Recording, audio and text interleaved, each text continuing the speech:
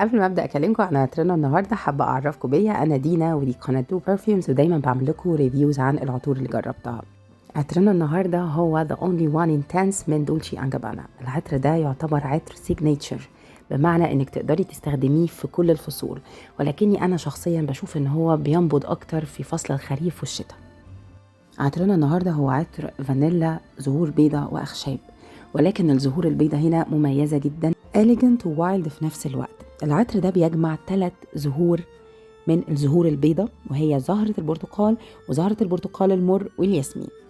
الياسمين والنيرولي الحقيقة مسيطرين، والنيرولي هي زهرة البرتقال المر، وبتدينا ريحة خضرة فريش كأنها ريحة ياسمين أخضر، ولكنها فيها سنت من ريحة العسل الطبيعي. هتخلي البرفيوم أو هتخلي الزهرة ريحتها سويتي خضرة أورنجي. كمان الياسمين هنا واضح جدا جدا، ريحته باودري فلورال، ريحته مميزة جدا جدا. الأورنج بلاسم موجود، ولكن بطريقة معتدلة شوية، بتخلي البرفيوم فريش كلين إليجنت كلاسي جدا. خلوني أكلمكم عن مقدمة العطر. مقدمة العطر ده فيها التفاح الأخضر، وفيها المندرين، وفيها النيرولي. مقدمة العطر هتديكي انطباع بريحة فروتي سيترسي سويت جرين شوية، فيها ريحة خضراء، والسويتنس زي ما قلنا النيرولي بتدينا ريحة انيماليك سويتي هاني زي العسل كده. أما قلب العطر ففيه طبعا مجموعة تانية من الزهور البيضاء، هي الياسمين والأورنج بلاسم، ولكن الياسمين ظاهر بقوة جدا، بيديها ريحة باودري، ولكن معاهم ريحة الكوكونات. الكوكونات هنا مختلف عن أي كوكونات تاني. كوكونات اللي هنا كوكونات حقيقي، كوكونات فريش، بمعنى ان هو ريحته كريمي ناعمة، بتخلي البرفيوم فيه ريحة بتشبه ريحة الويب كريم بالفانيلا، مع ريحة كده التفاح في الأول. هتدينا ريحة شوية زي ما قلنا بتشبه الكانديز، ولكن بطريقة سوفيستيكيتد وماتير كتير، بسبب طبعا وجود الزهور البيضاء والأخشاب. ده انت هتحبيه لو انت كنتي من محبات الزهور البيضاء والحمضيات والفانيلا والأخشاب. طبعا الميكس ده موجود في عطور كتير، زي ديور ادكت من ديور، ومانفيستو من واي اس ال، كمان بورفام من نفس البراند من دولتشي اند جابانا، ولانتر دي من جيفونشي. كمان ممكن تحبي العطر ده لو انتي من الناس اللي بتحب سي فيوري، في نفس الزهور البيضاء مع الحمضيات والريحة الكريمي الخفيفة اللطيفة الباودري دي. وطبعا الزهور البيضاء يبقى لازم نقول إليان من تيري موجلير، في نفس ريحة الزهور البيضاء اللي موجودة هنا. الياسمين مميز هنا زي ما هو مميز في إليان جدا، نفس الريحة الراقية الممزوجة مع الأخشاب بطريقة حلوة وفيمينين. العطور دي عموما بتناسب دايما الذوق الماتير شوية، مش للبنات الصغيرة أو مش للذوق الجيرلي، بتناسب جدا المناسبات، طبعا بسبب وجود الزهور البيضاء، ولأنه هو كمان عطر مميز وفواح وأداؤه عالي. العطر ده إجمالا أقدر أقول لكم إن هو إجمالا تقدري تقولي إنك أكتر حاجة هتشميها هي الياسمين والأورنج والفانيلا وريحة الكريم أو الكوكونات والأخشاب، وخصوصا إن خشب الكشمير بتشميه في نهاية العطر أو في الدراي داون بشكل قوي جدا، بيرفع من قيمة العطر جدا جدا، لأنه بيديله ريحة فخمة وقيمة كلاسي، كأنك لابسة كوت من الفير أو جلود الحيوانات. كمان من مميزات العطر ده إن هو برغم المكونات الغنية جدا دي، ولكنه عطر اوبن، بمعنى إنه مش مكتوم. مش هتحسي إن هو من البرفيومز المكتومة أو اللي ممكن تضايقك أو تضايق الآخرين حواليك. وده اللي بيخليه عطر فريش سيجنيتشر، ممكن تستخدميه في الصيف أو الشتاء، برغم إن زي ما قلت لكم قبل كده أنا بشوف إنه مناسب لفصل الشتاء أكتر.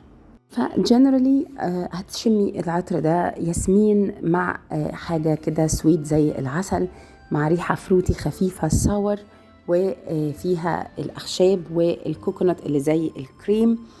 هيديكي الفايبس الاليجنت الشيك جدا الراقيه دي. انا بنصحكم بالعطر ده بصراحه بشراء امن جدا، يعني مش هتحسي ان انتي محتاجه تجربيه اكتر من مره، ولكن بس خدي بالك من قوه العطر ووجود الزهور البيضاء، ان الزهور البيضاء مش كل الناس بتقدر تتعامل معاها براحه، ولكن في العطر ده تحديدا في الخلطه دي هتحسي ان الزهور البيضاء فعلا فعلا مقبوله جدا وشيك قوي، وهتتقبليها اكتر كمان من إليان.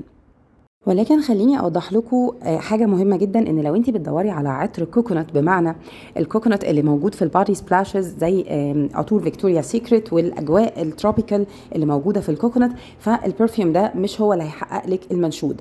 الكوكونات اللي هنا هو كوكونات ميلكي، بيخلي الزهور البيضاء اقل حده، اكتر لاكتونيك، ريحتها كريمي اكتر ومش مزعجه ولا بتعمل ريحه حاده كما هو معتاد في الزهور البيضاء. عموما العطر يعتبر عطر من عطور الفانيلا البارده، مش عطر دافي، بيناسب جدا اذواق الناس اللي بتحب عطر زي ليبر من ايف سان لوران، او الناس اللي بتحب ديور ادكت من ديور، او الناس اللي بتحب مانفيستو من YSL. بالنسبة لأداء العطر ده فهو أداؤه يعتبر أداء عالي، فوحانه يعتبر فوحان بيملى الأوضة كلها لو انتي رشتيه في الأوضة.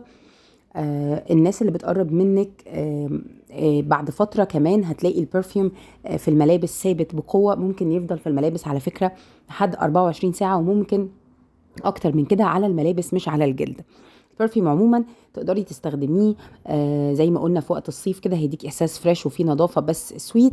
كمان عايزه اقول لكم ان العطر ده في ناس كتيره بتقارن ما بينه وما بين بلاك اوبيوم، او بيقولوا ان هو بيشبه النسخه اللي هي الاولى منه اللي هي ذا اونلي وان.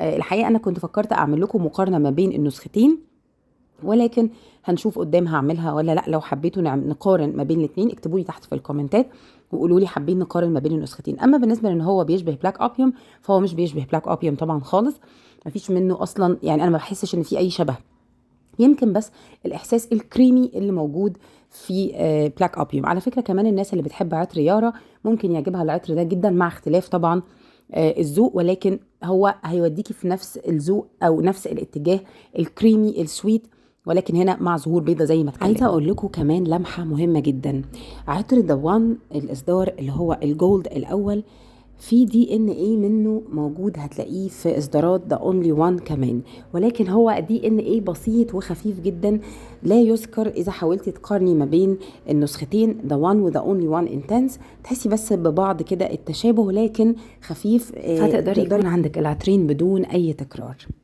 بس كده ده كان رأيي عن برفيوم من افضل البرفيومز اللي جربتها والاكتر جاذبيه. برفيوم فعلا جذاب ومغري وريحته انثويه جدا جدا جدا جدا جدا، واداؤه كمان عالي، يعني بصراحه بيتوفر فيه كل شروط العطر المميز. بس كده انا ده كان رأيي في البرفيوم، واتمنى ان الريفيو يكون عجبكم. ولو انتم مهتمين بالمحتوى اللي بقدمه ومحتوى العطور عموما ما تنسوش تشتركوا في القناة وتعملوا لايك للفيديو لو الفيديو عجبكم، وتسيبوا لي تحت في الكومنت تقولوا لي ايه رأيكم في العطر لو جربتوه. اشوفكم ان شاء الله ريفيو جاي حلوين. باي باي.